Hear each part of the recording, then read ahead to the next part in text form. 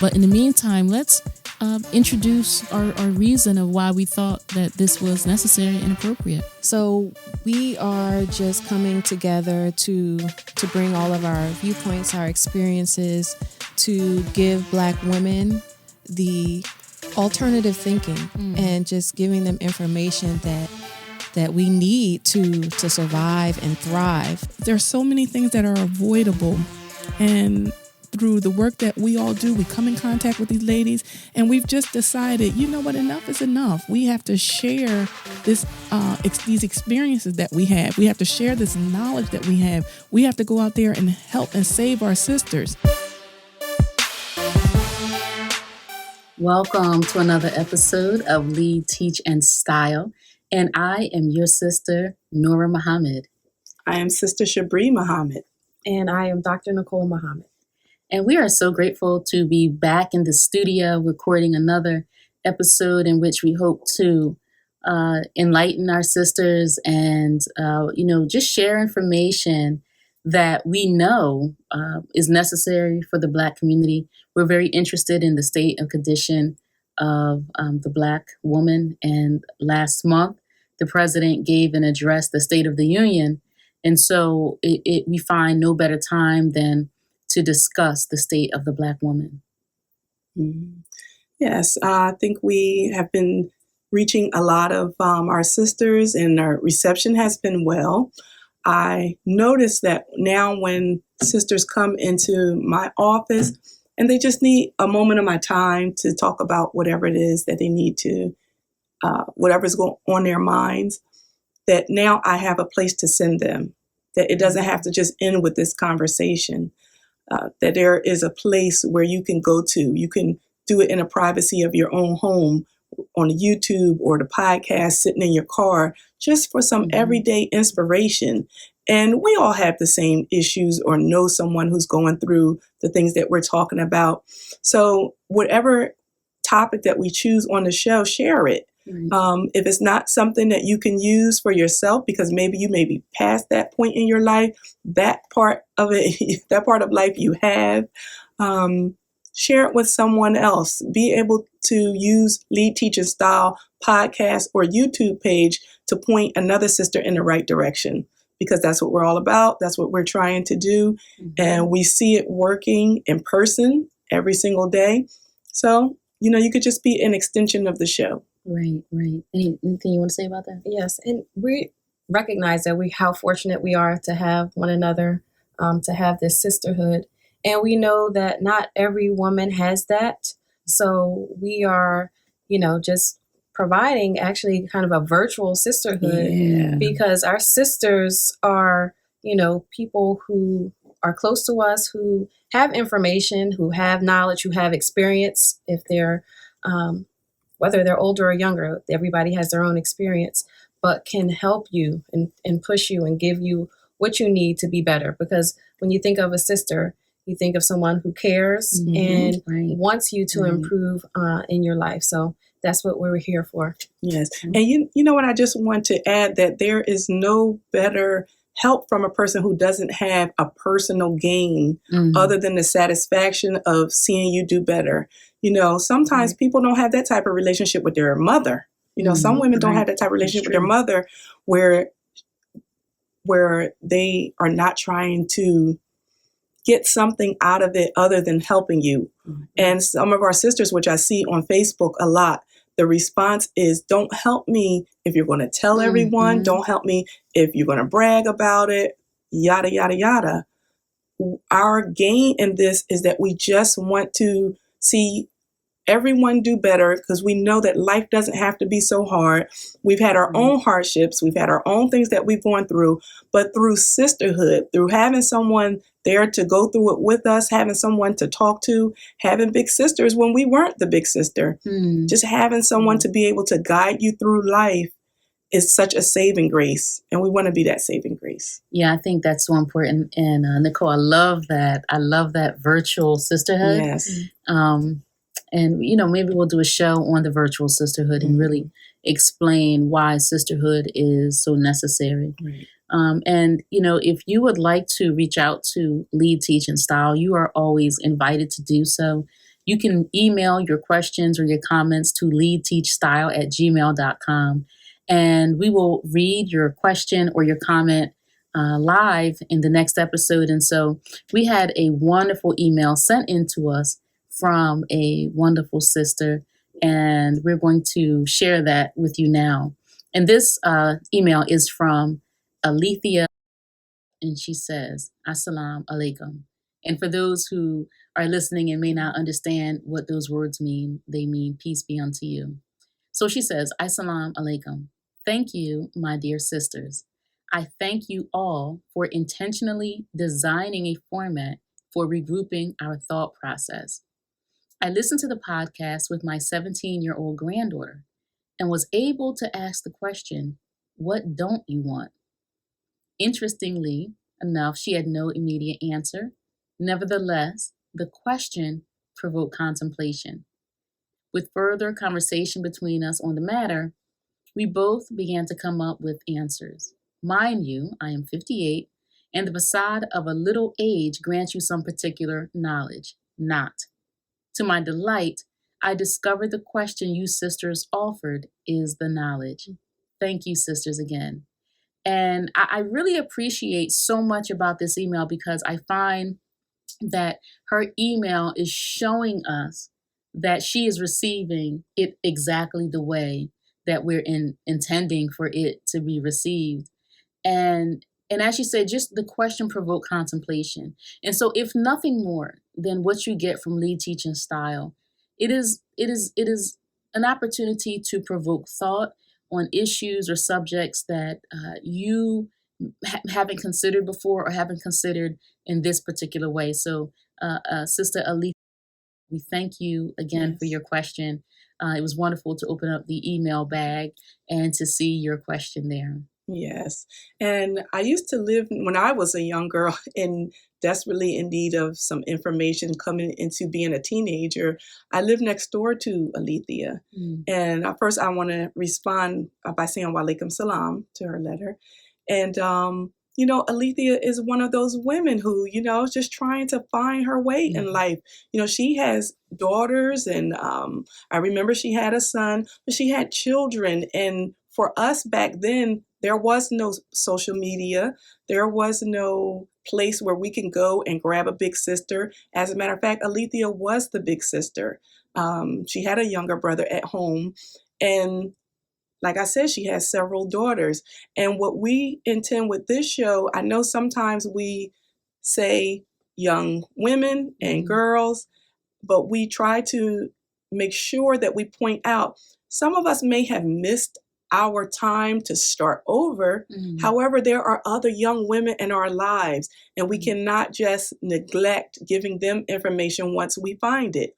Alethea put her age there and that she's watching this with her granddaughter. So her daughters are all adult women now. They're doing great.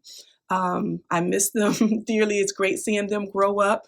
But they have daughters of their own. And now here comes my mom, right? My mom found something for you. And that question is so important. What don't you want? That's the first step. Right. That's the first step. And I'm glad she got to experience that with her granddaughter. Yeah, I think that's wonderful. And it's an honor, really, to get that kind of feedback, to have a woman be able to listen to a program. There's so many things out there that we can't listen to with another generation because of, how appropriate or inappropriate it is.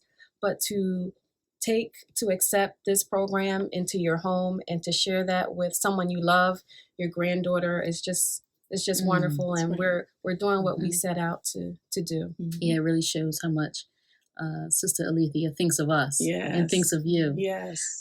So this week I saw a meme on social media, and I'm going to share it with you sisters and start this month's conversation. And so the meme said, "Strong women aren't simply born, they are made by the storms they walk through." So, Mike, I hear you groaning. So my questions to both of you, is pain a qualifier? Wow. So, we see these things that are on social media, and it talks about whatever we think a strong woman is, but somehow she's shaped and fashioned through the adverse circumstances that she's lived through, or through the tragedies and through the traumas that she's come through. So if I want to be a strong woman, do I have to walk through a storm to be that? Is that pain what qualifies us? Wow. What is the word that you used in there? Through the storms. Now, with lead teaching style, we've said many times, we're trying to get you to avoid storms. Does that mean we're trying to get you to be weak? No, that heaviness, the burdens of life weigh on us. They really weigh on us. And a lot of times these are based on our decisions. And we make decisions based on what information we have. We don't always have the information. We're here because we know we don't always have sisters. We don't always have someone giving us information so that when the time comes, we can make a good, informed decision. We just walk into these things not knowing the full outcome of them. In the legal system, when someone doesn't understand the process, they're not supposed to be able to be tried because that's unjust, that's unfair. So our sisters we walk through life without any kind of information. And so we have these mountains to climb, and they're painful. They could break us. And luckily, if we aren't broken, we've had this new culture to say, well, you made it, so you're strong. And to me, it seems like that's only a connotation to Black women. We're strong. I don't have a husband there, so I'm going to raise children up 18 years all by myself with the lack of support, with the lack of help. And when I do it, I'm going to say, oh, I'm strong. I made it. Well, is that kind of strength something that, is that something warranted? Is that something that we want to have? Is that something we want to endure? Does that make us better than the next woman? What about the woman who has everything that she needs? Is she not strong? She's a mother, she's raising her children, and she has all the support and everything that we all deserve to be able to bring up the family. Does that make her weak? I don't like that. I don't like that connotation that's given to us that we have to go through we have to weather some type of pain and injustice and make it through just to be able to get this, looked at with this positive, paint this positive brush on Black women that we're strong because of it. Right. And I hear that so much. And I see that. I think one of the crucial things that you mentioned is that is always directed towards the Black woman. We don't see white women, Chinese women on these memes. I'm sure the meme had a Black woman if she was on there. Yeah. That we have to be the ones to continue to struggle and go through trauma, really, because the storms that life will bring you its own challenges. That's anyway. Right. There are things in life that you will not be able to control. But when I look at young women and some older women on a daily basis, some of the storms that they're experiencing are because they brought them on. They weren't looking for the storm. The storm was over here and they went directly towards it, in it, and they stay in it. So it becomes a choice to make life harder than it needs to be. And life is not, we're not born for the purpose of struggling to get this badge of honor that says we're strong.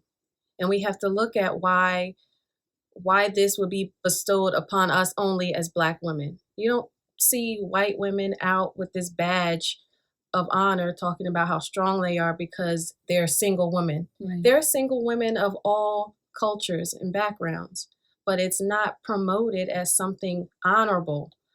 It may be the circumstances and you endure, and it may be necessary based on the father or the husband that was present, and you may have needed to separate from him, but it seems to be pushed in our communities as something so honorable, that we have, that we're strong, we're taking care of this family on our own. And other women, are they not strong because they have a home, they have a cohesive unit at home with a father, children who have a strong base. When they go home, they have mom and dad, they have their siblings, they can eat together, Right. if they choose to. And in addition to that, when that child goes out into the world after having that secure base, they move differently in the world because of that foundation that they come from. And not to say that someone from a single parent household cannot be healthy and well adjusted. Of course not. That's not what I'm saying. But there is a certain strength that comes in that child, a level of confidence that you have a likelihood of being embedded within them because of that base. And so I think we have to think about and get away from this idea that it's pushed of the strong Black woman, and she's strong because she's struggling. Right. And get away from the choices that we make. So you mentioned also, Sister Shabri, about not having information, and that's a crucial part of it. But I also see women, Black women, who continue to make the same poor decision, and leads to an additional storm in life. So the challenges that they may come to us about, they're getting into the same situation again because of the choice that they're making. And based on their experience, they should have made a different decision. And that's not happening, that I see often. So if I could just just contribute here, I think so many of our women are lacking preparation for life. And because we're lacking, and what do I mean by lacking? I want to give definition to that. Then what I mean is we aren't aware of desirable outcomes or how to achieve desirable outcomes. We're not always aware of what's effective and what's ineffective. And Shabri, you talked about someone who doesn't understand the law. Well, a person can not be liable even though they might have committed an infraction when they don't understand the law because they lack capacity to understand the law. But for those who do have capacity to understand, we have to make sure that we are sharing information with our women, with our girls, so that when it is time for them to make independent decisions, which start at 11, 12, 13 years old. Right. Before then, you're pretty much under your parents' control. But at 11, 12, 13, 14, sometimes the tether gets a little longer and you are supervised less by your parents. And when we have less supervision, then what has to kick in is the training and the education and the guidance that we are giving our young women. And when we don't give them training, guidance, and information, ways to protect themselves, ways to protect their health, ways to protect their credit and their finances, ways to secure a good education. When we do not prepare our young women, then they are left to their own devices to try to figure it out. And what's always easily accessed is not always best for us. And the notion that we then find ourselves in unfortunate circumstances in a suffering state, enduring some kind of a hardship, right? And so one of the easy examples, obviously, is we could talk about single motherhood because it's so prevalent in our community. And a woman having children without the benefit of the father's involvement, presence, and support. And so we have women who have raised their 2, 3, or 4 children by themselves.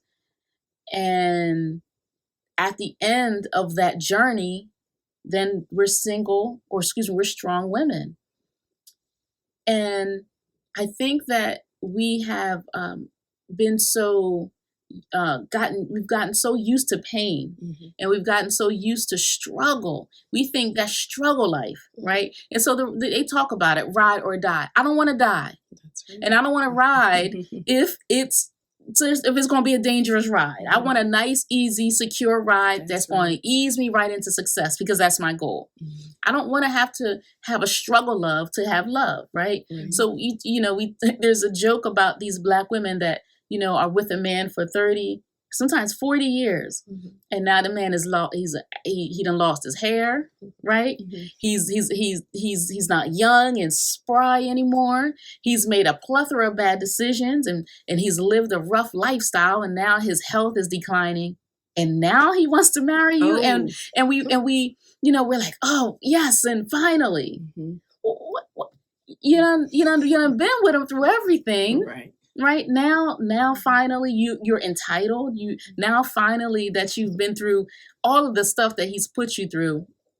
Now he's finally found you worthy to marry. Right? We have this romantic idea of struggle or struggle love or this struggle life, and we think that it's a badge of honor. But as the sister said, we're not made to bear and endure pain. There are some burdens that we just should not be bearing, and without adequate preparation for life, our young women are bearing burdens that they shouldn't. And I think that this show, and those who are listening to this show who have some kind of impact in a young person's life, you have to share this information with them, because you've made a mistake, mom, auntie, or coach or mentor or counselor. The young woman that you see every day doesn't have to make the same mistake you did. We get used to repetitive error. Yes. And struggle has its place. Okay. We can struggle through college. Nobody's saying life is going to be sweet. We did struggle through college. Yes. My life was not a smooth ride. We struggle in our relationships, but have the relationship. Have that committed relationship. It's going to be a struggle, but you struggle together for the positive outcome. We're talking about the struggle that you go through a lifetime raising your children and repeating a cycle where you're raising your grandchildren, and they're just completing the same errors and making the same bad decisions over and over again. Struggle has its place. You can struggle through natural life occurrences. We're going to have deaths in our family of people who we care about, people who we love. We're going to have breakups. Things happen to our children, and we struggle through the pain of those things. But to just invite pain into your life because someone is making this an accepted culture, and they're only doing it to us. So we have to stop and look at that and think about, just like when we think about racism, when we think about sexism, now there's, I don't know if that's the ageism is the proper word, but people are very discriminate against age. When we think about those things, we have to look at what's being promoted to us like this. I mean, it was on social media, and it was put on there to promote something positive. Why does somebody want me to think that my hard times are somehow good for me? It reminds me of when during slavery, when the slave was told that they should be grateful. Yes. You should be grateful that we give you a place to live, that we give you food, that you don't have to be savages, that you don't have to eat with your hands, that you don't, that we took you from that place and gave you language when you didn't have anything. Well, that's all not true. You're just looking in the wrong place and getting the information from someone who does not want the best for us. Who would not? Let me tell you from experience, there is a great beauty in having children who are teenagers who come to you and talk to you about their dad who's always been there, or their experiences that they've had with a father who has shown them how to do certain things. A woman looks towards a man for his assistance, just like she looks towards her mother for assistance. With a mother, it's continuous all the time. It's every day. However, young girls are very, very proud when they have a father who they know can protect them. They make different choices. They make different decisions. So when I know with me and my daughter, everything I do is intentional. These children don't even know that there are projects.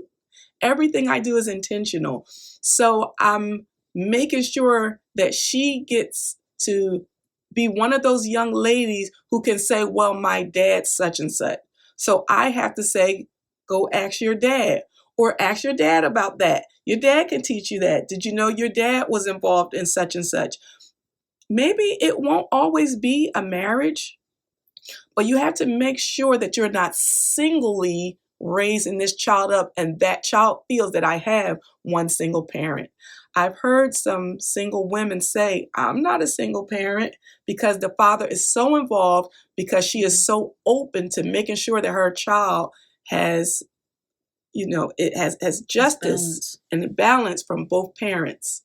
So struggle definitely has its place, but let's struggle through something good. Let's struggle through something natural. Let's struggle buying a house. Yes. It's a lot of work. It's a lot of work. Right. And I can tell you, I think we all bear witness to the struggle. Mm-hmm. And struggling together to raise the children. Because, as you said, sometimes the parents are not together, but we also have to, if we are not together, to encourage that relationship with our children and their father. And the benefits are present for the male and the female child. The female child has that protection that she needs. She has an example of what a decent man looks like, what to look for when a young man comes and expresses interest in her. She has someone who is there to give a male's perspective, to read another male and to see what his intentions might be, whether they're good or bad. We need protection in this world, and for the male to see what it is to be a father, to be a provider, for both children to see what a healthy relationship looks like. If the daughter has no example, then she's liable to go out and have an unhealthy relationship, because how is she able to decipher what a good one is if she hasn't seen it? And also, I think we've all seen the negative impacts that can have on a child when one of the parents is talking negatively and actively working against that relationship between that parent and the child, and the damage that has over the years. And in addition to that, I think a lot of this struggle mentality that we see, in addition to not having the information, is part of not valuing ourselves and not knowing that we have more value than we do. Because for a woman to endure decades or years of bad treatment, neglect, lack of parenting, lack of involvement, not from any contribution of yours, and to make a decision that you should stay and that you should continue to receive a certain kind of treatment that is harmful to you or harmful to your children, with the hopes that things will work out. That enduring of things that we don't have to, just contributes and is an indicator, I think, of what we think about ourselves. So, to that, we're talking about, to a large extent, being a single parent and, going through that storm of life. But there's other storms, right? There are health storms because of choices that we are making that may not always be good choices. There are financial storms that we go through because we don't understand how to manage our money, how to be responsible, because we live, it can be hard when we live in a society that encourages instant gratification, and we have not been prepared as we were reared to have discipline with spending and understanding how to save for a purchase and knowing how to prioritize our purchases, that we talked about priorities in the last episode.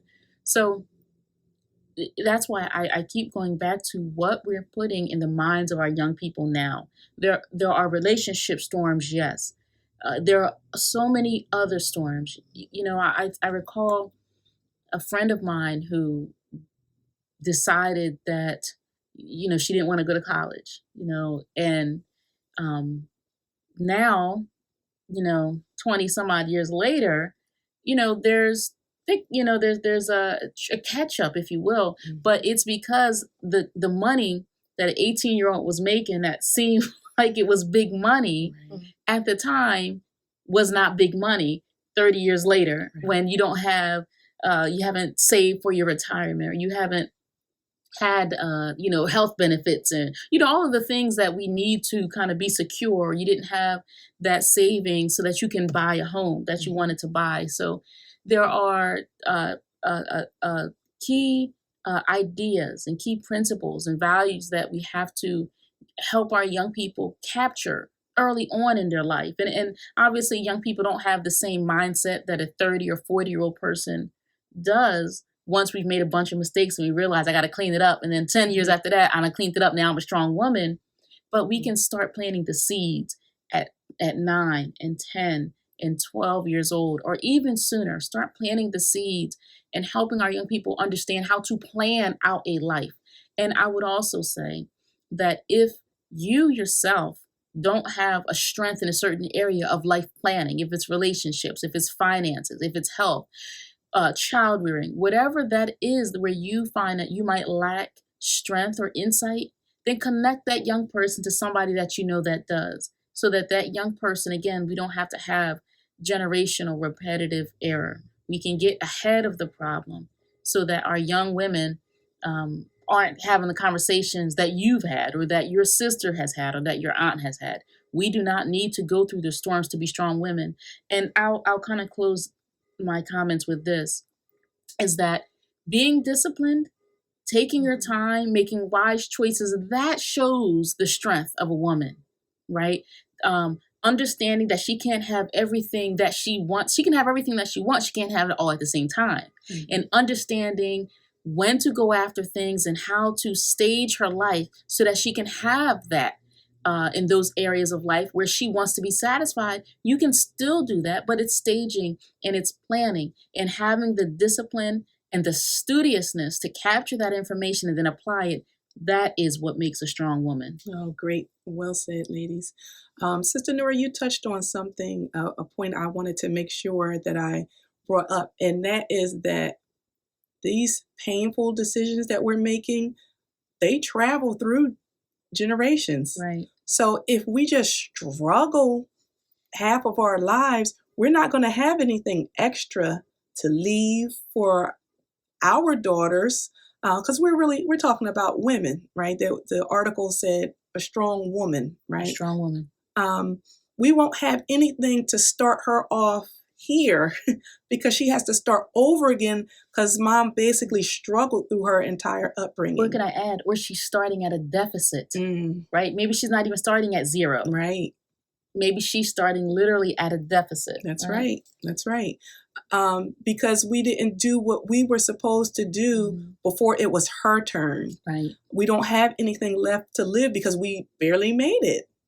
We barely made it because all of our income went, the little income that we likely had, if we're talking about a struggle, it went towards making sure they ate. And that's the bare minimum. It went towards making sure we had a place to stay that may not be a purchased home. Because if you can purchase a home, you have some wealth to start off with. And if you have nothing to leave for your children because you've been being strong all of their lives, now they have the burden. They have the burden of trying to make something happen just for their life.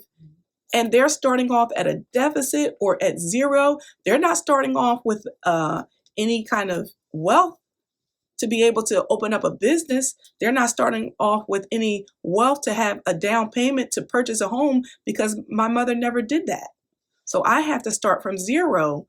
And if I have to start from zero, now I'm going to struggle. And I won't have anything to leave my daughter. and then the cycle just continues. So these decisions that we make to go through pain or to do things the hard way, I think that's a good way to put it. We do not have to do things the hard way. We can have a great, fulfilling life just by making good choices, making good decisions, so that we do not have to struggle. Again, my purpose here is to trying to get the really younger ones and those who have a younger woman in their life to avoid these pitfalls of struggle. You don't need them. They're not anything great. And having a wonderful, peaceful, enjoyable life is the benefit. That's what heaven is. That's what we describe heaven is, as having things that are valuable, as being in peace and no worries. So why don't we try to have the least amount of worries as we can while we live?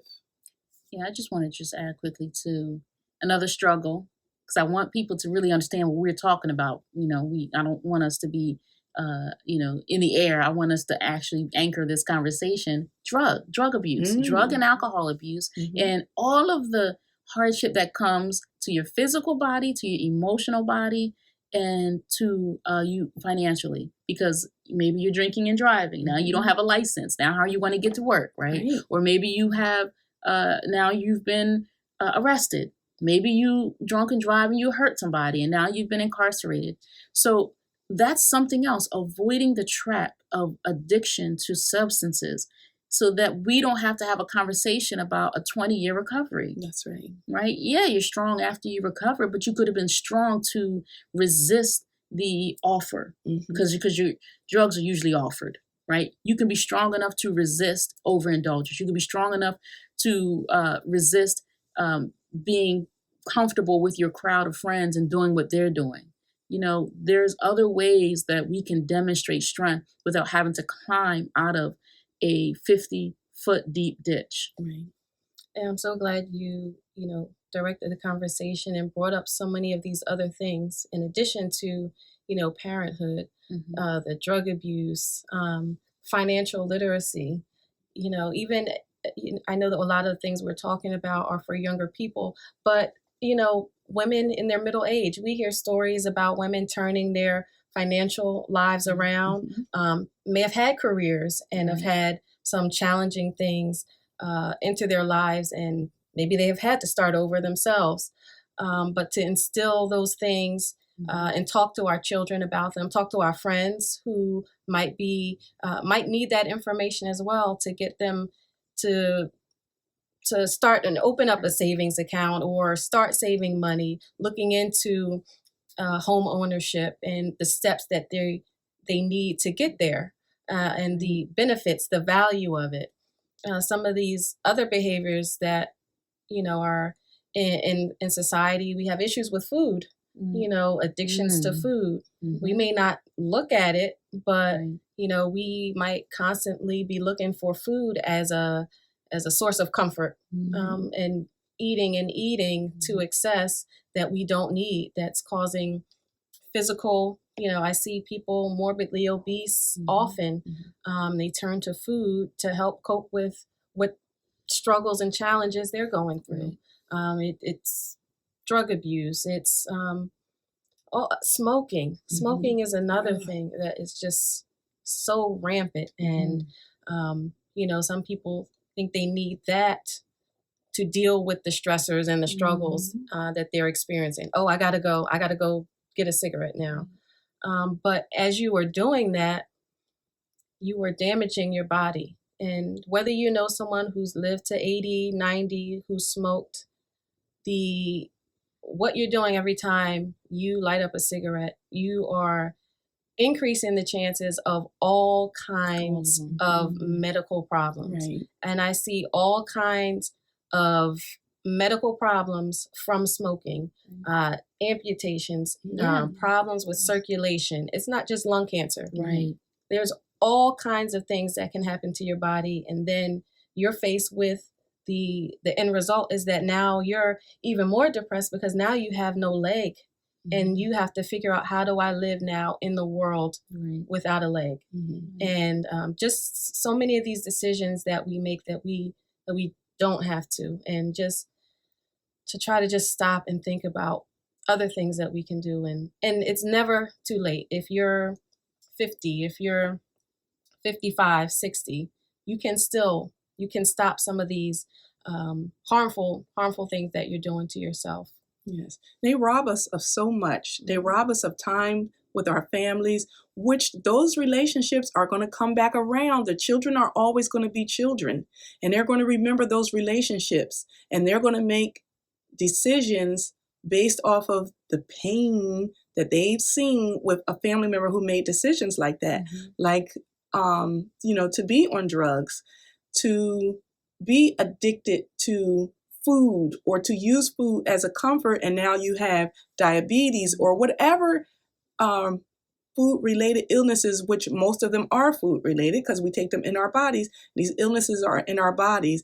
They rob us of so much life that we could have that's enjoyable, and they're also robbing you of income that you could have had, and things may have not had to be so painful, or you wouldn't have to struggle so bad, but you're being wasteful. Or I should say, we're being wasteful, because people who are very dear and close to me go through these things. And I just, you don't want to appear to be judgmental. That's why I'm glad we have this platform, because someone you love and who's close to you may not always want to hear it from you. They may not receive it well.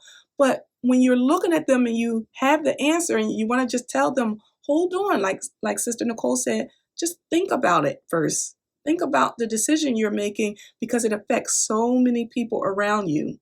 But they rob us of so much. They rob us, and then we don't have these resources so that we don't have to struggle.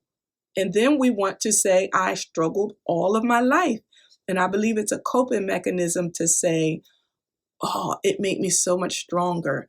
There are struggles that with positive outcomes. And the positive outcome, by the way, is not just making it to the other side. Yeah, I think that, I think in a way, it's kind of putting a bandage or a salve on it. We don't say, I made a lot of bad decisions and I had to recover from bad choices that I made. So instead of saying that, we say, yeah, I struggled, and now I'm a stronger woman because of it, right? So, and then we judge other women who don't have that struggle. And we see a woman who appears to be at peace financially, physically with her health, in a relationship with her spouse, in the rearing of her children, in the stability of a nice and comfortable home, right? And we'll say, look, she has it easy. Well, she made good choices. Right. She was strong enough and smart enough to implement the information that was given to her, or the knowledge. So she was strong enough and made good choices. So we have to kind of reframe the conversation. And that badge, that assignment or designation of the strong Black woman, it's SBW. we have to reject that. We have to put that away. It's causing us to have poor mental health, poor physical health, poor emotional health. I don't want to be a strong woman because I'm enduring the world dumping on me. I don't want to be a strong Black woman because I'm enduring someone abusing me, or I've endured my own bad decisions. And now I have this avalanche of problems, and I'm climbing out of a heap that I made for myself. Strong in a show of strength is when we can implement, even though it could be easier to go in the wrong direction that produces the wrong results. It's strong to make the right decision, to go in the right direction. And we need to give those sisters credit. We need to say that those sisters are strong. Those are sisters right now, whether you're 80 or 18 and you're pushing your way through school to improve your condition, to improve that of your family. The woman who's standing with her husband, raising a family. The woman that's coming home after a long day and she's feeding her children a nutritious meal, right? We have to turn these terms around and apply it in a more applicable sense so that our young girls can have greater aspirations. Right. Because we have these terms that we hear called, no, that's a real one. Wait, why? What makes her a real one? Mhm. What does she do? What did she do that made her a real one? Because she was fighting in the street, Mhm. or because she was fighting her daughter's nemesis in the street? What makes her a real one, right? Right. And it's usually not because of something positive. It's not because of something edifying or something that the community can be proud of Right. when we say she's a real one. Yes, yes. So I like what you said. We need to change the narrative. And we're not speaking, like I said, to be judgmental. We have this platform so that we're able to give this information to spark something that maybe you hadn't thought of, because maybe your mother is that strong woman. Now, mind you, that is a source of strength. Right. You know, struggle does present strength. But you only get one life. You only get one life. And where's the enjoyment? Mm. Where's the peace? It's at 60 when you're all done with the struggle, hopefully, right? Right, hopefully. But you won't be done with it if you're making bad decisions, because like I said to someone today, those children are coming back home and they're coming back with the decisions that they're making. But if you never had time to raise them, to talk to them, these things we're talking about, they don't cost money. So I don't want anyone to think, well, I don't have the resources. That's why I struggle. We're talking about good decisions. Good decisions are free. They're free. And if you don't know what good decisions are, or even if you think you do, compare them to what we're telling you, because we use the information that we're sharing with you, and there are nothing but blessings for things that are good. Mm-hmm. There's no negative outcome for things that are good. You will be rewarded, and you're going to be rewarded because of the good decisions that you make. You may have some rewards at the end of struggle, but why? We're just saying, why is that necessary? It's not necessary because we've been through it. And I say, just to reiterate, to try to change your thinking and to think about how let's struggle for something good. Right. Let's not struggle through heartache and drug abuse and just trauma, any kind of trauma. Let's struggle for something good. Let's struggle Right. to get that down payment for the home. Mm-hmm. Let's struggle to get into that program, that trade school, that interest that you've had for years. Pay off student loans. Yes. All these things, there are good things that you can struggle for. You can set a goal and struggle through that, because in the end, it's going to produce something positive. It's going to be something that you can really take as a badge of honor, that you worked hard enough, you set a goal, you had something in mind that was positive, that's going to enrich your life and enrich the life of those around you, your family, that they can have a better send-off, a better life, because of how much healthier you are financially and mentally and emotionally. And that will help them as well. Right. And, as we are closing out this show, again, I want to remind you of the original meme.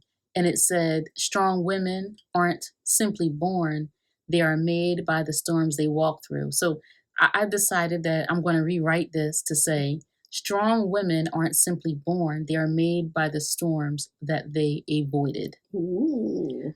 We can't sabotage ourselves Mm-hmm. and then come out of it and say, look how strong I am. Right. Right. We engage in a lot of self-sabotage. We sabotage our happiness, and in some of our choices, we even sabotage the potential for success sooner for our own children. So I just want to encourage listeners to, take away what we're giving you with the love and the intention behind it. We really love our sisters, and we want our sisters to be afforded the opportunity for love and happiness and success, just like we see other women enjoying. We too are entitled to a beautiful, beautiful, and a good and peaceful life. Yes, that was perfect, Sister Nora. Thank you. You deserve it. Go get it. That's right. Thank you so much for listening to this episode of Lead, Teach, and Style. Again, if you would like to send us an email that will be read on air, whether it's your criticism or your love, we'll take it all, or your question. You can email us at leadteachstyle@gmail.com. Thank you so much for joining us. Thank you. Thank you. Thank you for listening to this week's episode of Lead, Teach, and Style. Be sure to follow us on Facebook and Instagram at Lead, Teach, Style.